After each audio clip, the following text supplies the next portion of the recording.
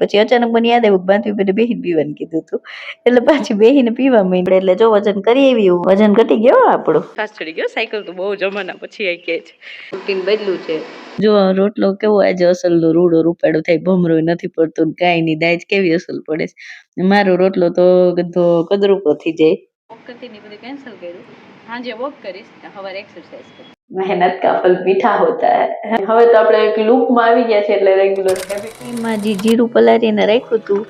ઈ પાણીને સવારમાં ઉકાળી હેતુ ગરમ થયું એટલે પી ગઈ પછી અચાનક મને યાદ આવ્યું બાંધવી બેને બેહીને પીવાનું કીધું હતું એટલે પાછી બેહીને પીવા માંડી અને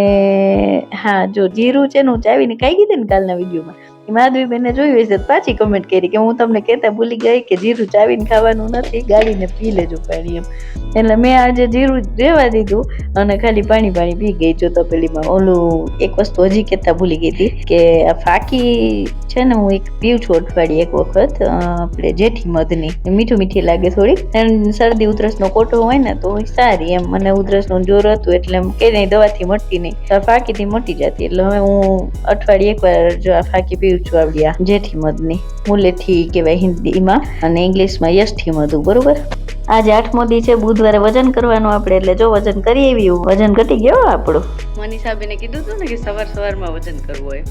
અને આજે હું સવારમાં વજન કરવા ગઈ હતી શ્રેષ્ઠ ટ્યુશન જઈશ ને એ લોકોને ત્યાં કિરાણા દુકાન છે એના વજન કાંટામાં જ કરું છું મારી પાસે વજન કાંટું નથી તો ત્યાં ગઈ તો હાલીને 1500 સ્ટેપ જેવું થયું હતું ને આવડતી ખલે શ્રેષ્ઠ કાલ રાતે સાયકલ ત્યાંથી મૂકી આવ્યો તો સાયકલિંગ કરીને આવી તો સાયકલ ચલાવતા તો વિડીયો થાય નહીં એટલે સાયકલ મૂકી દીધી શ્વાસ ચડી ગયો સાયકલ તો બહુ જમાના પછી આવી કે છે વર્ષો થઈ ગયા સાયકલ ચલાવવાને મજા આવી વાગી ગયા છે 8 આજે થોડુંક મોડું થઈ ગયું એટલે સવારમાં કેળું ખાઈ લીધું હતું મેં અને ઘરમાં બધા સભ્યો નાસ્તો કરવા બેઠા હતા અને હું પણ કેળું લઈને બેસી ગઈ ચૂલામાં અને ન્યુટ્રિશન વેલ્યુ કેળાની બરોબર અને પછી 9:30 વાગ્યા અને હું મારી વહુને કામે લગાડી અને હવે ઉપર કસરત કરવા જાઉં છું આજે પાછું રૂટીન બદલું છે કે સાંજના ટાઈમે વોકિંગ કરીશ 9:30 થયા છે આપણે હવે એક્સરસાઇઝ કરી લઈએ એટલે સીધું નાહી તો કપડાં મશીનમાં પડી જાય ને આજે બહાર મોસમ સરસ હતું એટલે મને એમ થયું હાલો છતમાં જઈને એક્સરસાઇઝ કરું આજે એક્સરસાઇઝ બી ચેન્જ કરવી હતી એટલે છતમાં આવી ગઈ ને એક્સરસાઇઝ કરી આજે એક્સરસાઇઝ ચેન્જ કરી એટલે થોડુંક આકરું તો લાગ્યું પણ હમણાં રોજે કરું છું ને એટલે વાંધો નથી બહુ થોડીક વાર ઓલું લાગ્યું પણ નથી વાંધો સરસથી થઈ ગઈ તો ખરી કમ્પ્લીટ હો એટલે આ જે એક્સરસાઇઝ હું કરું છું ને એની લિંક હું ડિસ્ક્રિપ્શન બોક્સમાં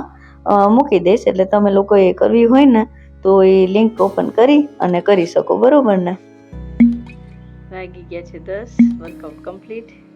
આજે વર્કઆઉટ ચેન્જ કર્યું છે હવે અઠવાડિયા સુધી આજ કરશું આ પણ અડધી કલાકનું જ છે મસૂરની દાળ તુવેર દાળ ને ભાત ને સરગવાની સિંગ ને એ બધું રેડી કરી દોઈ પલાળીને રેડી કરીને ગઈ નાહી લીધું ને રેડી થઈ ત્યાં 11:30 થઈ ગયા હતા 11:30 થયા હતા કુકર પાકી ગયું હતું મમ્મીને કહીને ગઈ હતી કે સીટી વાગે પછી બંધ કરી દેજો એમ ને 11:30 મેં ને મમ્મીએ બે પછી મસૂરની દાળ બફાઈ ગઈ એટલે મસૂરની દાળ પી લીધી તમને ખબર છે મને ઝૂલા વિના ગમે ને એટલે ઝૂલામાં બેસીને એને મસૂરની દાળ પી લીધી મસ્ત મજાની પછી વળગી રસોઈ કરવાની પછી બપોરે રસોઈ તો મેં બનાવી લીધી હતી તો મહેક જમવા આવ્યા તો મેં કીધું કે હું રોટલો ખાવાની છું રીંગણાનું ઓરું બનાવ્યું છે તો એ કે હું રોટલો ખાઈશ તો મમ્મી કે હાલો તમે 2 જણા બેસી જાઓ જમવા હું બનાવી દઉં છું રોટલો એટલે આજ તો હા હું મારી રોટલો બનાવ્યો હતો એટલે મસ્તીનો બન્યો તો મોજ પડી ગઈ એવો અસલ હતો ને તે ભાઈવો ને ફૂલ ખાઈ લીધું હતું તે આજ તો હવે આજ રોંઢે તો કઈ ખાવા પણ જ ના રહ્યું એવું થયું બહુ વ્યસ્તથી બપોરે ખાઈ લીધું 32 બાર ચબાવી નો ભાઈ ને જો રોટલો કેવો આજે અસલનો રૂડો રૂપાડો થાય ભમરો નથી પડતો કાંઈ નહીં દાજ કેવી અસલ પડે છે મારો રોટલો તો ગધો કદરૂપો થઈ જાય પણ ખાવામાં તો સારું લાગે એટલે આપણે એક ચમચી ઘી લગાડી મસ્તીનું બે ગયા જમવા